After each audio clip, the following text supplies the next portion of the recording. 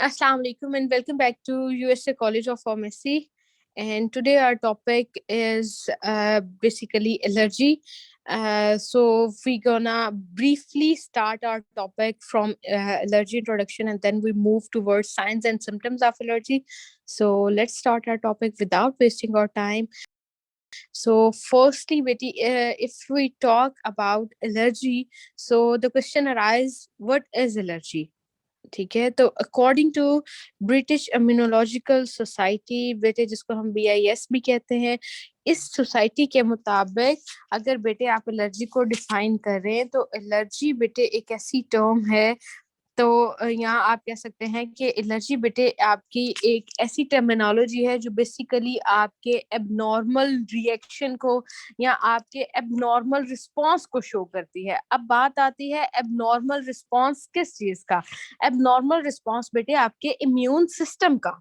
ठीक है, जैसे ही बेटे कोई भी ऐसा कंपोनेंट, कोई भी ऐसा फॉरेन पार्टिकल, कोई भी बेटे उस फॉरेन पार्टिकल के डिफरेंट नाम होते हैं। उसको हम फॉरेन पार्टिकल भी कहते हैं, उसको हम एलर्जन भी कहते हैं, उसको हम एंटीजन भी कहते हैं, उसको हम कॉजेटिव एजेंट भी कहते हैं।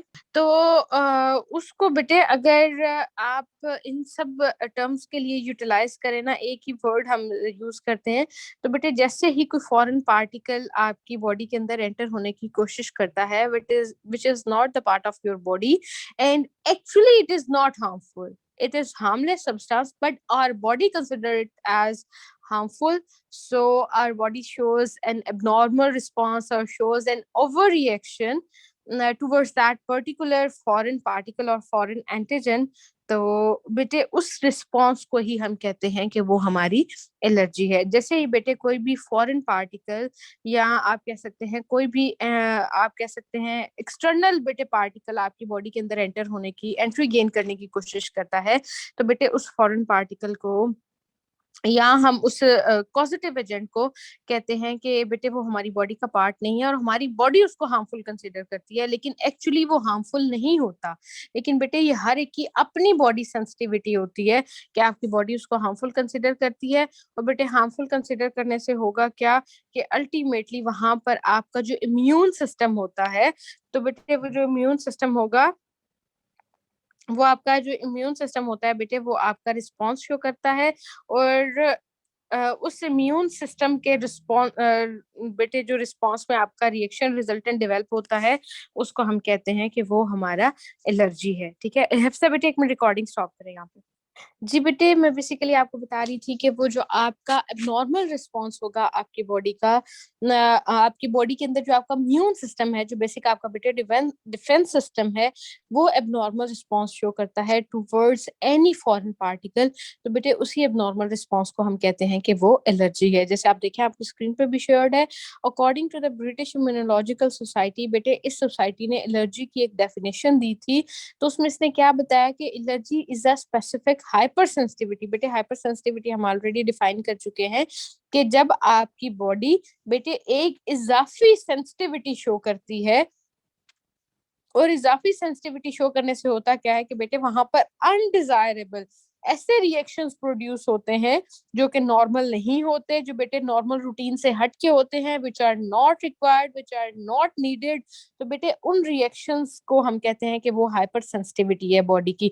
तो हम कह देते हैं कि बेटे एलर्जी एक ऐसी स्पेसिफिक टाइप की हाइपर सेंसिटिविटी है कि जैसे ही कोई भी फॉरेन पार्टिकल, अब बेटे वो फॉरेन पार्टिकल की नेचर की भी अगर आप बात करें तो वो भी प्रोटीन इन नेचर होता है। तो बेटे जैसे ही वो फॉरेन पार्टिकल आपकी बॉडी के अंदर, यानी कि वो protein in nature foreign particle आपकी बॉडी के अंदर एंटर होने की कोशिश करता है, तो रिजल्टेंट क्या होता है कि आपका इम्यून सिस्टम एक रिस्पॉन्स देता है, एक हाइपर सेंसिटिविटी रिएक्शन प्रोड्यूस करता है। और बेटे उसी हाइपर सेंसिटिविटी रिएक्शन को हम कहते हैं कि वो हमारी एलर्जी है। ठीक है, अगर आप देखो आगे बेटे, और उन्होंने सेकंड डेफिनेशन भी बताई हुई है, allergy is hyper sensitivity disorder of your immune system. बेटे actually it is not a normal response, ठीक है, it is a disorder, it is an unusual condition, it is an over reaction of your immune system.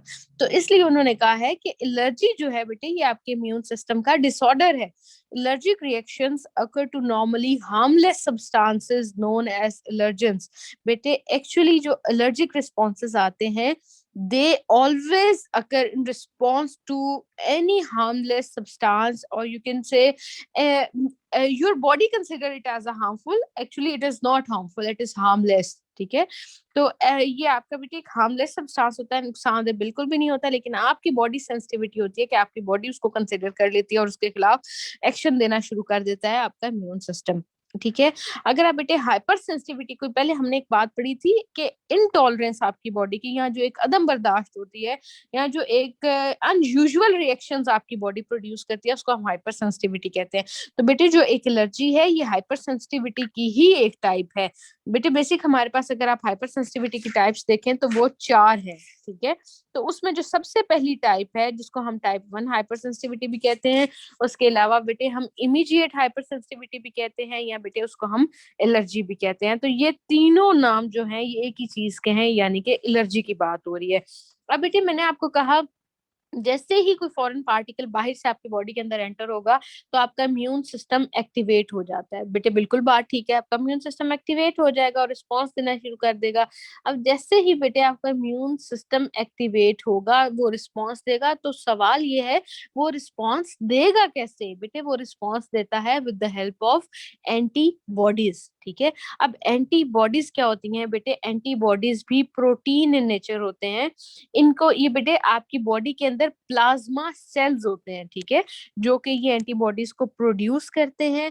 Antibodies बेटे protein in nature होती हैं। Antibodies का जो दूसरा नाम है इनको हम इम्यूनोग्लोबुलिन भी कहते हैं। ठीक है, अब बेटे इनकी मुख्तलिफ टाइप्स होती हैं, ये आईजीजी, आईजीएम और आईजीई, ये मुख्तलिफ टाइप्स की एंटीबॉडीज होती हैं हमारे पास, जो अकॉर्डिंगली प्रोड्यूस होती हैं हाइपर सेंसिटिविटी रिएक्शन के रिस्पॉन्स में। तो उन्होंने बताया कि बेटे अगर आप बात करें आपकी एंटीबॉडी की, तो बेटे it is a Y shaped protein in nature. आपके ये कह सकते हैं कि सब्सटेंसेस होते हैं, और ये प्लाज्मा सेल्स बेटे आपकी बॉडी के अंदर प्लाज्मा सेल्स होते हैं जो बेसिकली इसको प्रोड्यूस करते हैं।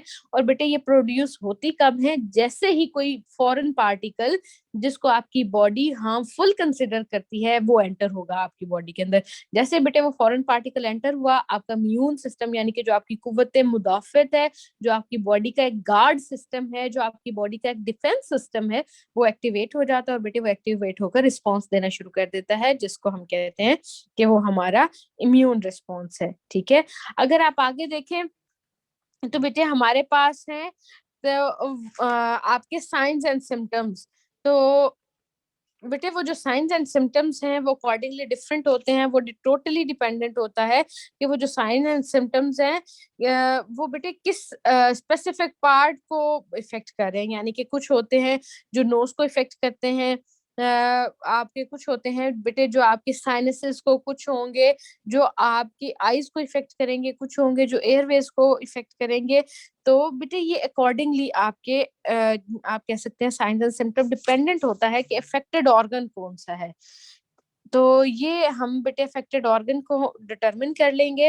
अब बेटे जैसे अगर देखें फॉर एग्जांपल मेरी बॉडी के अंदर जो एलर्जिक रिस्पांस यानी कि जो हाइपर सेंसिटिविटी रिएक्शन आना है, वो बेटे हाइपर सेंसिटिविटी रिएक्शन प्रोड्यूस हो रहा है नोज के अंदर यानी कि नाक के अंदर।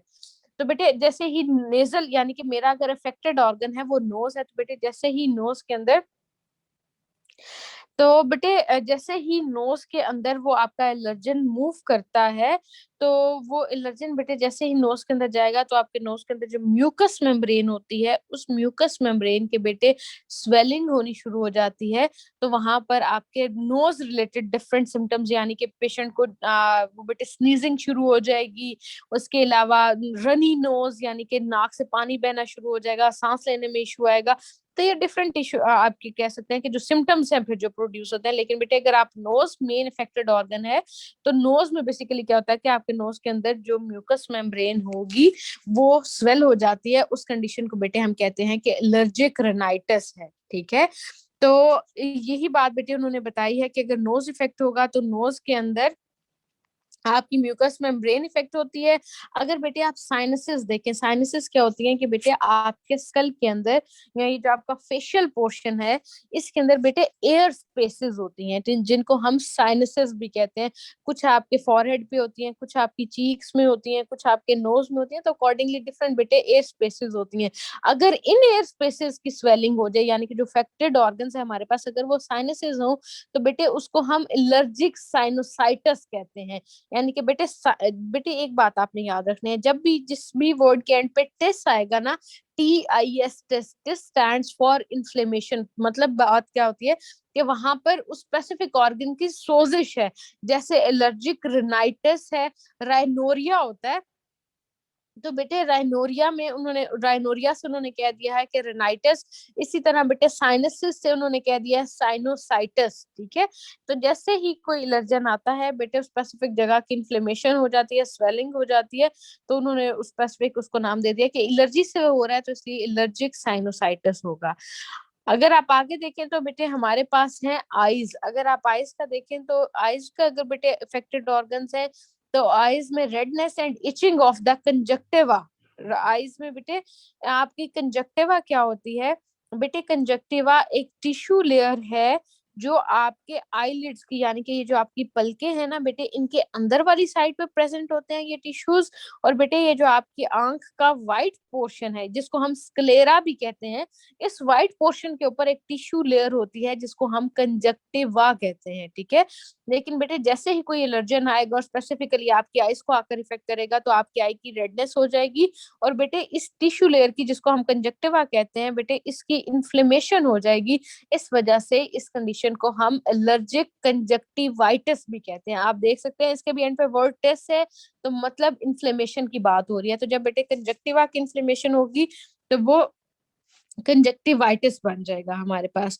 उसके बाद अगर देखें एयरवेज को, अगर बेटे आगे जैसे आपकी सांस की नाली है, सांस की नाली के लिए जो रास्ते हैं, अगर उनको इफेक्ट कर रहा है, तो बेटे वहां पर जो सिम्टम्स हमारे पास आते हैं, सबसे पहले स्नीजिंग, यानी कि छींकें शुरू हो जाएंगी। उसके बाद बेटे कफिंग, खांसी शुरू हो जाएगी। ब्रोंको कंस्ट्रिक्शन, बेटे आपकी जो सांस की नालियां हैं, आपको उनको पता है, उनको ब्रोंकाई कहते हैं या ब्रोंक्यूल्स भी कहते हैं। तो बेटे वो जो ब्रोंकाई है, जो छोटी छोटी सांस की नालियां हैं, वो सुकड़ना शुरू हो जाएंगी, जिसकी वजह से सांस लेने में दुश्वारी होगी। उसके बाद है बेटे विजिंग। विजिंग बोलते हैं बेटे जब आप सांस लेते हैं, तो सांस के साथ जो एक खड़खड़ाहट पैदा होती है, उसको हम कहेंगे कि वो विजिंग है। एंड डिस्पनिया, डिस्पनिया कहते हैं बेटे शॉर्टनेस ऑफ ब्रेथ को, या SOB भी जिसको आप कहते हैं, शॉर्टनेस ऑफ ब्रेथ, यानी कि बेटे आपका जो सांस है, आपको यानी कि ऑक्सीजन डेफिशिएंसी होनी स्टार्ट हो जाएगी। आप गहरे और लंबे लंबे सांस लेना शुरू कर देंगे। ठीक है, वो बेसिकली होगा क्यों? वो इसी वजह से कि सांस की नालियां तंग हो जाती हैं। उसके बाद है बेटे समवर्स अटैक्स ऑफ अस्थमा। और बेटे अक्सर पेशेंट्स में मतलब अगर इस तरह एलर्जी हो, तो वो दमा भी बन जाता है। ठीक है, अस्थमा भी कंडीशन डेवलप हो जाती है। उसके अलावा अगर आप बेटे आगे ईयर्स देखें, तो ईयर्स में उन्होंने बताया कि अगर आपके कोई भी ऐसा एलर्जन है, कोई ऐसा फॉरेन पार्टिकल है जो आपके कानों को इफेक्ट कर रहा है, तो बेटे कानों में सिम्टम्स क्या क्या आएंगे? फीलिंग ऑफ फुलनेस, कि बेटे आपको ऐसा लगता है कि आपके कान भरे हुए हैं, कोई चीज इनके अंदर भरी हुई है, इस तरह की। और बेटे उसके बाद ना टी टी, मतलब इस तरह ना आवाजें आपके कानों में सुनाई देती हैं। ठीक है, तो जिसको हम रिंगिंग ईयर्स भी कहते हैं, तो वो बेटे कानों के अंदर टी टी की आवाजें आपको सुनाई देती हैं। उसके अलावा पॉसिबली पेन, कि आपके कानों में दर्द होना शुरू हो जाएगा। एंड इम्पेयर्ड हियरिंग, या बेटे मुकम्मल तौर पर समात भी जा सकती है, यानी कि आप मुकम्मल तौर पर सुन भी नहीं सकेंगे। उसके अलावा अगर बेटे आपका कोई भी एलर्जन है जो आपकी स्किन को इफेक्ट कर रहा है, तो स्किन में मेनली क्या होता है? रैशेस, के बेटे आपकी पूरी स्किन के ऊपर रैश बन जाएंगे, यानी कि इचीनेस होगी, जलन होनी शुरू हो जाएगी, रेडनेस हो जाएगी। उसके अलावा बेटे सच एज एक्जिमा। एक्जिमा क्या है बेटे? ये एक स्किन कंडीशन है जिसका दूसरा नाम एटोपिक डर्माटाइटिस भी है। ठीक है, यानी कि बेटे ये एक स्किन कंडीशन है जिसमें होता क्या है कि जो आपकी स्किन की अपर मोस्ट लेयर होती है, उसकी इन्फ्लेमेशन हो जाती है। और बेटे रिजल्टेंट वहां पर रेड पैचेस बनने, यानी कि सुरख सुरख धब्बे बनने शुरू हो जाते हैं, बहुत ज्यादा इरिटेशन शुरू हो जाती है, इचिंग शुरू हो जाती है। और बेटे स्किन इतनी ड्राई होती है कि ड्राई होकर वो छिलके नुमा होकर आपकी स्किन उतरना शुरू हो जाती है। एंड हाइव्स, हाइव्स क्या होती है बेटे, ये भी एक स्किन कंडीशन है जिसको हम यूर्टिकेरिया भी कहते हैं। यूर्टिकेरिया में भी बेटे ऑलमोस्ट ऐसे सिम्टम्स आते हैं कि रैश बन जाते हैं, पूरी स्किन के ऊपर रेड रेड पैचेस बनना शुरू हो जाते हैं। और बेटे बम्प्स, बम्प्स क्या होते हैं, जिनको आप पंजाबी में तरप्पड़ भी कहते हैं। तो बेटे बेसिकली वो बम्प्स से ऐसे ना उभरे उभरे वैसे दाने बनने शुरू हो जाते हैं। तो ये चंद कंडीशंस हैं। अगर आपका जो एलर्जन है यानी कि जो पॉजिटिव एजेंट है वो आपकी स्किन को इफेक्ट कर रहा है, तो बेटे ये चंद एक सिम्टम्स आएंगे। उसके बाद अगर आप आगे देखें तो गेस्ट्रो इंटेस्टिनल ट्रैक्ट, जिसको आप जीआईटी भी कहते हैं, कि अगर आपका एलर्जन आपके जीआईटी को इफेक्ट कर रहा है तो बेटे उसके सिम्टम्स क्या होंगे कि एब्डोमिनल पेन, पेट में बहुत ज्यादा दर्द होना शुरू हो जाएगा, ब्लॉटिंग। बेटे ब्लॉटिंग क्या होता है कि गैस इशू, जिसको आप कहते हैं कि पेट फूला फूला सा और गैस का इशू बनना शुरू हो जाएगा, वॉमिटिंग स्टार्ट हो जाएगी, और लास्ट पे है डायरिया यानी कि लूज मोशन स्टार्ट हो जाएंगे स्पेसिफिक पेशेंट में। अगर आप बेटे आगे देखो तो उन्होंने बात की है एलर्जन की। अब बेटे हमने ये सारी कहानी पढ़ी कि ये साइन सिम्टम्स आएंगे, ऐसे होगा, इम्यून सिस्टम रिस्पॉन्स देगा सब, लेकिन बेटे वो देगा क्यों? वो इसलिए देगा कि जैसे ही कोई फॉरेन पार्टिकल, जिसको आप एलर्जन भी कहते हैं, वो आपकी बॉडी के अंदर एंटर होगा और वो बेटे आपके इम्यून सिस्टम को एक्टिवेट करेगा। तो हमने अब बेसिक पढ़ना है कि एलर्जन कौन से होते हैं और क्या क्या होते हैं। अब बेटे जैसे एलर्जन में उन्होंने देखें बताया हुआ है, the allergen the foreign substance that provokes reaction, कि बेटे उन्होंने कहा है कि एलर्जन यानी कि एक ऐसा फॉरेन सब्सटेंस, फॉरेन क्या होता है कि बेटे जो आपके जिस्म का हिस्सा नहीं होता, जो बाहर से आता है। तो कोई भी ऐसा बाहर से आने वाला सब्सटेंस जो आपकी बॉडी के अंदर एक रिएक्शन को प्रोवोक करता है। प्रोवोक का मतलब क्या होता है, स्टार्ट करता है।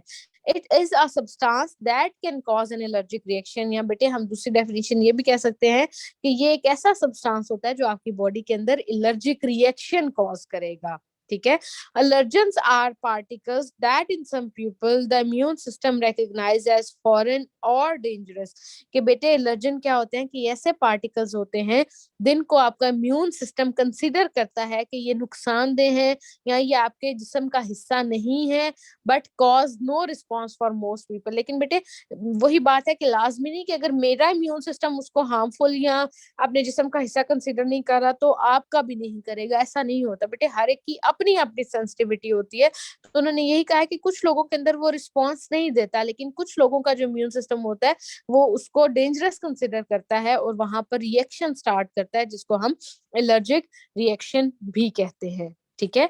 अगर आप बेटे आगे देखो तो हमारे पास कॉमन एलर्जेंस उन्होंने बताए हैं कौन कौन से हैं बेटे। जैसे पोलन है, जिनको हम पोलन ग्रेन्स कहते हैं, ये भी बेटे एलर्जी की वजह बन सकते हैं। उसके अलावा डस्ट पार्टिकल्स हैं, वो एलर्जी की वजह बन सकते हैं। उसके अलावा बेटे मुख्तलिफ केमिकल्स होते हैं, जैसे आप ये देखते हैं कपड़े रंगने के लिए बेटे ये जो डाई वगैरह इस्तेमाल की जाती है, ये आपकी बॉडी के अंदर एलर्जी की वजह बन सकती है। उसके अलावा बेटे मुख्तलिफ ड्रग्स होते हैं, जैसे एंटीबायोटिक्स हैं बेटे। बहुत सारे ऐसे लोग हैं जिनको पेंसिलिन से एलर्जी होती है। ठीक है।